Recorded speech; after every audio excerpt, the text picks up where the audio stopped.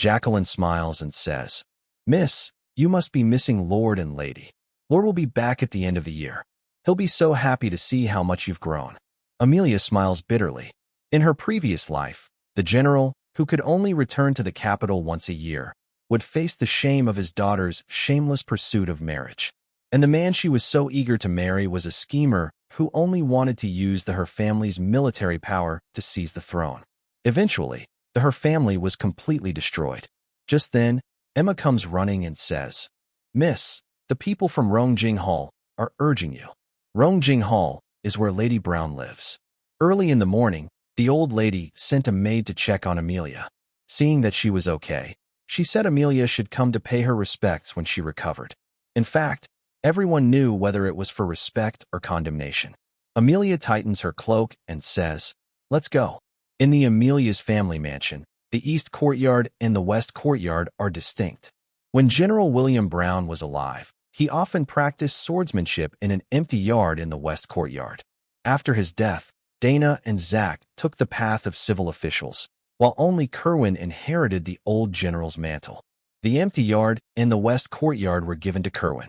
The East Courtyard is larger and houses the families of the eldest, second, and Lady Brown. The West Courtyard is more secluded, with less sunlight and less space than the East Courtyard. But Kerwin was happy with it. Her family's yard, simple as it is, shows an open-minded attitude, unlike the East Courtyard, which is just flashy on the outside. When Amelia arrives at Rongjing Hall, it is a scene of harmony. Lady Roma and Lady Elizabeth stand beside Lady Brown. Caroline sits next to Lady Brown with a plate of snacks, and Quinchin, the second-room son, is trying to feed Lady Brown snacks, making her laugh. Diana notices Amelia first and says, "Why are you so late, fifth sister?" Little seventh brother is about to finish all the sweet, steamed curd. Amelia nods and explains that she was still weak and had to rest on the way. Lady Brown then asks Amelia, with a hint of impatience in her voice, if she is feeling better. Amelia looks at Lady Brown. In her previous life, Amelia thought Lady Brown was a noble woman. But now, she knows that Lady Brown was originally a singing girl rescued by General Brown. Although she has changed her status, her vulgar nature remains. Lady Brown scolds Amelia for being shameless and disrespectful, saying she has disgraced her family by peeking at the Prince of Ding. Diana tries to add fuel to the fire, saying Amelia should apologize to the Prince of Ding. But Amelia surprises everyone by denying her love for the Prince of Ding and telling Diana to be careful with her words. She points out that her reputation is at stake and that as a member of a noble family, they should be cautious in their speech. Elizabeth then tries to persuade Amelia to apologize, but Amelia refuses. She turns to Caroline and asks if she saw the Prince of Ding that day.